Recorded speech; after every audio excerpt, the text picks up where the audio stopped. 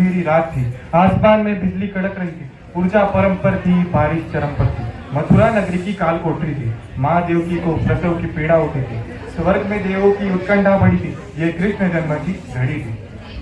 एक तेज कुंज दिखाई दिया, माँ देवकी ने एक ओजस्वी बालक को जन्म दिया। माता ने बालक को छाती से लगाया, भगवान ने पहली बार ममता का अविरस पान किया। प्रभु की आज्ञा का पालन कैसे संभव होगा? सारा कारोबार तो यहाँ पहले दाम से गिरा पड़ा है। पूरे मीडिया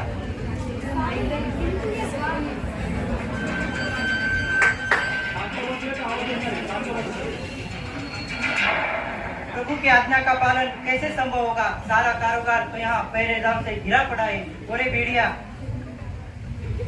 स्वामी, किंतु ये द्वार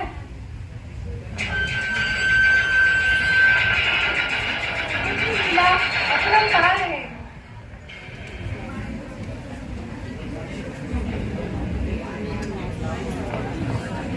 सारे साधक तो प्रभु ने स्वयं ही संभव कर दिए। मुझे तो केवल इसे भाई नंद के घर लेके जाना है।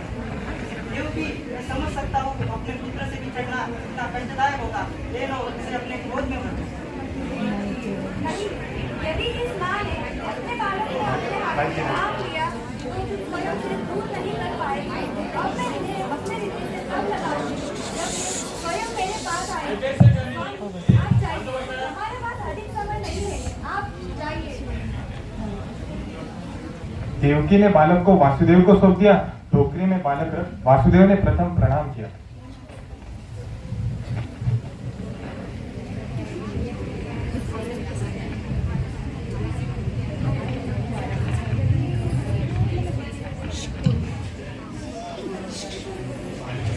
चल पड़े मथुरा से गोकुल की ओर, अपने मित्र नंद के घर। बारिश की आधी रात थी, यमुना नदी पार करनी थी, पानी सर तक आने को था। वासुदेव ने इष्ट को याद किया, तभी कृष्ण ने अपने अंगूठे से यमुना नदी को स्पर्श किया। तूफान में उछलती यमुना ने तुरंत रास्ता दिया।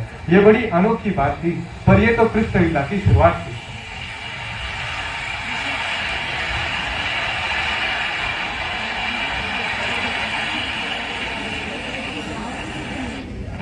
बालक को तो तुम्हें सौंप रहा हूँ। ये आगे बड़ा होकर मथुरा वासियों की अत्याचारों से मुक्ति दिलाएगा। हाँ मित्र वासुदेव, यशोदा अभी गहरी नींद में है। मैं इस बालक को उसके पास सुला देता हूँ। नंद ने माया रूपी कन्या को वासुदेव को सौंप दिया। ये लो मित्र, इससे पहले कि कंस कारागृह में पहुंचे तुम इस कन्या को लेकर जाओ। धन्य हो मित्र, तुम धन्य हो।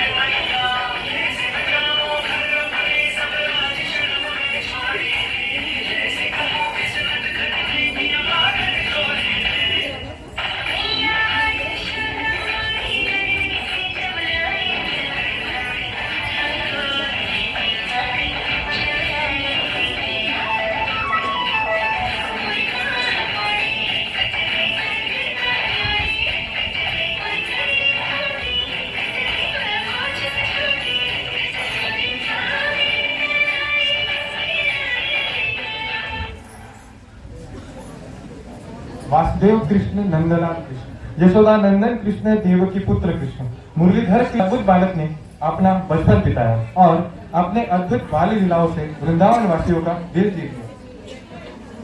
मटके ले लो मटके, एक अंश मुद्रा के 6 मटके। मटके ले लो मटके, सुंदर रंग बिरंगी मटके। और ये मोर पंख के चित्र वाले मटके 1 मुद्रा के 2।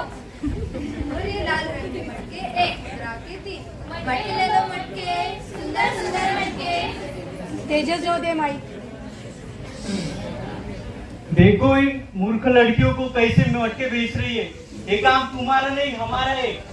एक काम करता हूँ, तुम ऐसे नहीं मानोगी, तुम्हारी मटके भी ही तोड़ देता हूँ।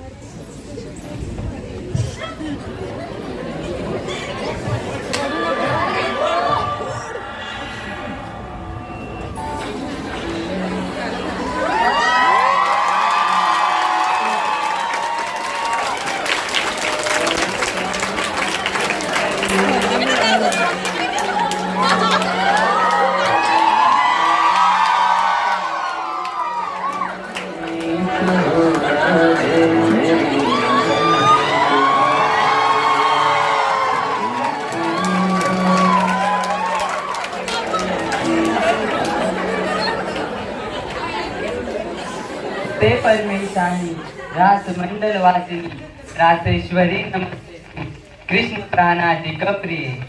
समय आज का इरादे समग्र संसार को प्रेम तथा करुणा की परिपूर्णता से परिचय कराने।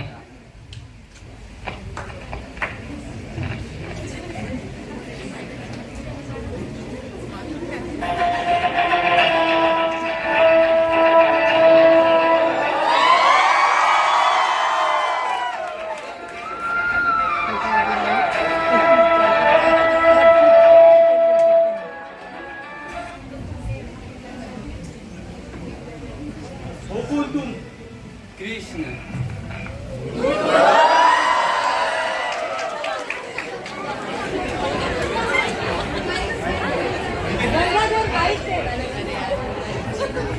माइक है अमित, अमित माइक नहीं बोल। अरे पकड़ो उन्हें, वो भाग रहे हैं। मैं निरर्थक भोजन और युद्ध को हमेशा टालने का प्रयास करता हूँ।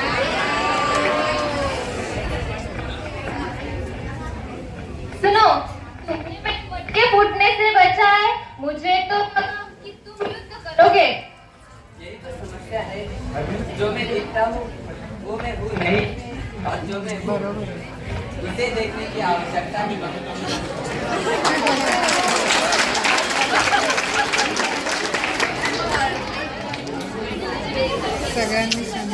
मैं तुम्हारे लिए क्या कर सकती हूँ? सोच लो, कर पाऊंगी।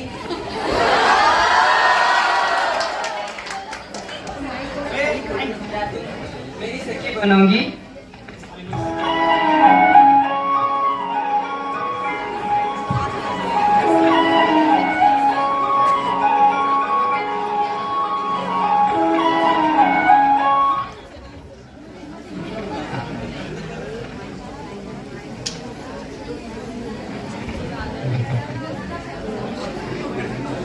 माखन चोर कालिया के पल पर तांडव करता हुआ कृष्ण, अपने मिट्टी भरे मुंह में ब्रह्मांड दिखाने वाला कृष्ण, जिसकी लीला देख कर नाचे ने भूले मोर, वो नचावे आप भी नाचे, वो नटकर चित्त चोर। पर इस चित्त चोर का चित्त भी किसी ने चुरा के रखा है। जो सबको अपनी उंगलियों पे नचाता है, वो स्वयं किसी को नचाने के लिए नाचता है, बंसी बजाता है। नंदिनी, तुम संभल के जाना, और सौदामिनी तुम भी संभल के जाना। सुनो, कल यमुना तट पर मिलते हैं, वहाँ बहुत ही सुंदर कुंज है।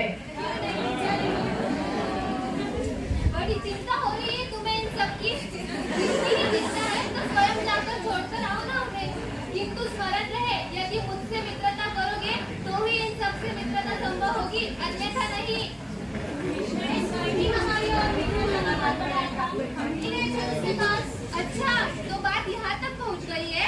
यदि ये तुम्हारे लिए बांसुरी बजा सकता है तो मेरे लिए क्यों नहीं? यदि ये तुमसे स्वयं बढ़कर मित्रता कर सकता है तो मुझसे क्यों नहीं?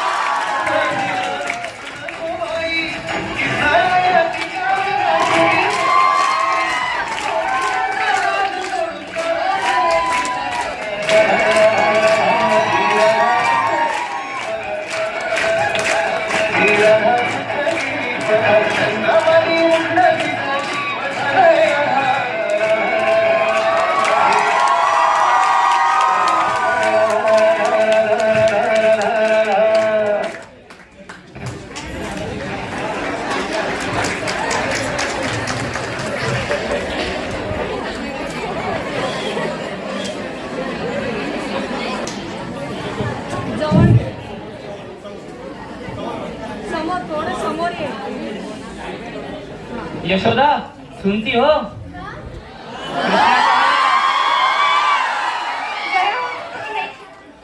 आपको पता है आपका पुत्र कितना नटखट होता जा रहा है?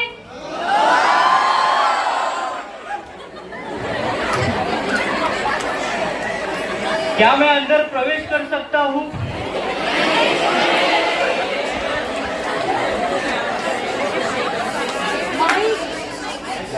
हे माते, आज मैं आपसे वो परम सत्य कहने आया हूँ जिसे सुनने के लिए आपको आपका मन दृढ़ करना पड़ेगा।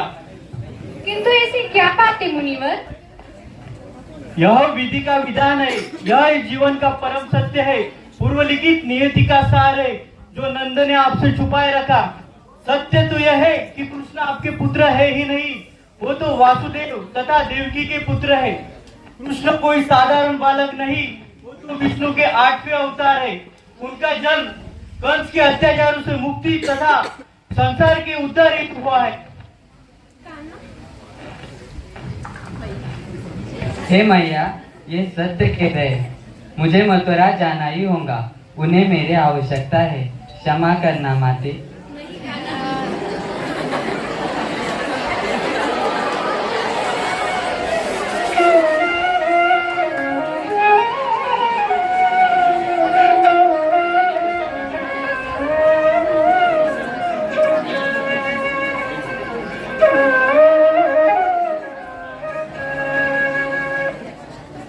मेरे लिए समस्त वृंदावन वासियों का अगाध प्रेम भक्ति की परिकाष्ठा है, और विशेष रूप से गोपियों का अनन्य प्रेम तो उनकी पवित्रता और दिव्यता के कारण भक्ति की परिपूर्णता है। और तुम राधे, तुम उस अनन्य प्रेम की शिरोमणि हो। सत्य तो यह है कि मैं ना तुम्हारे प्रेम की बराबरी कर सकता हूँ, ना ही उसका ऋण उतार सकता हूँ। क्षमा करना राधे, मुझे मथुरा जाना ही होगा। संसार को मेरी आवश्यकता है, इतिहास मेरी प्रतीक्षा कर रहा है। इस मधुर ध्वनि की रचना तुम्हारे लिए ही तो की थी मैंने, किंतु अब इसका कोई अर्थ नहीं।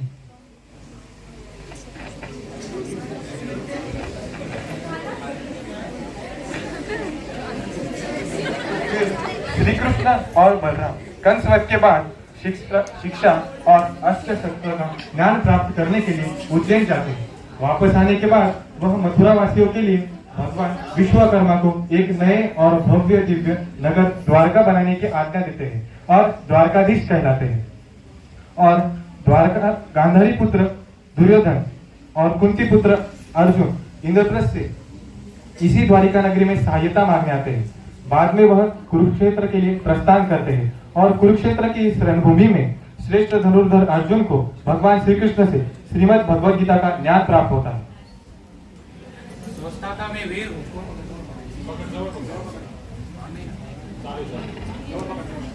सोचता था मैं वीर हूँ, साक्षी हूँ, परंतु आज मैं डर गया माधव।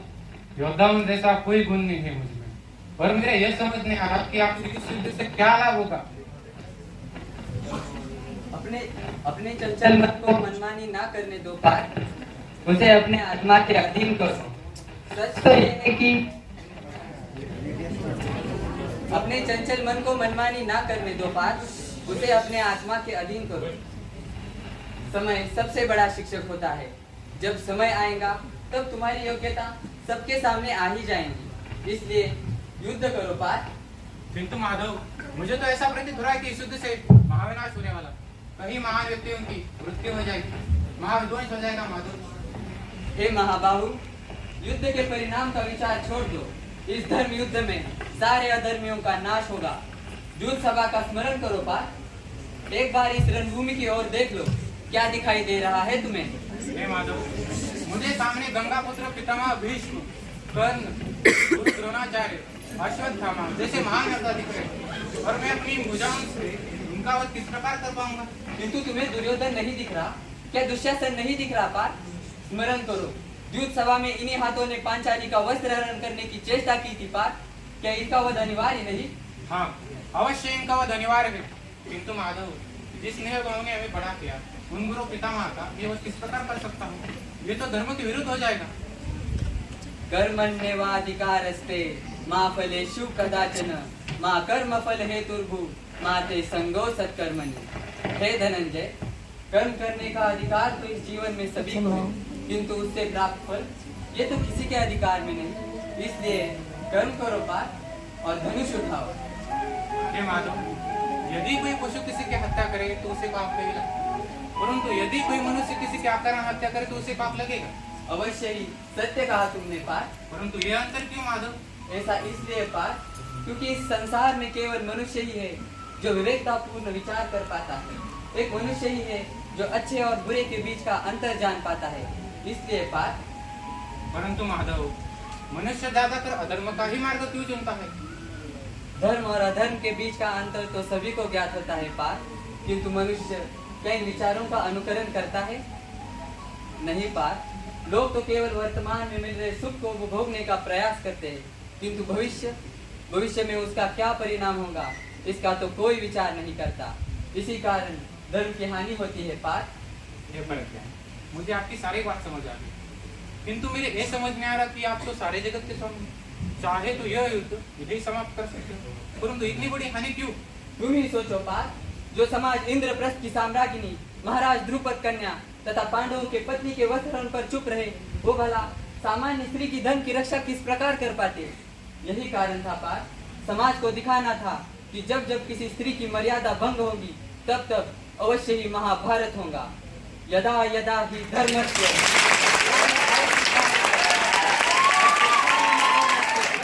तथा धर्मं सृजाम्यहम्। हे धनंजय, हर युग में जब अधर्म अपनी चरम सीमा पर होगा तब तब मैं अवतरित होऊंगा, अधर्म का नाश करने तथा धर्म की रक्षा करने, अधर्मियों का काल बनकर तथा धर्मियों का गोपाल बनकर।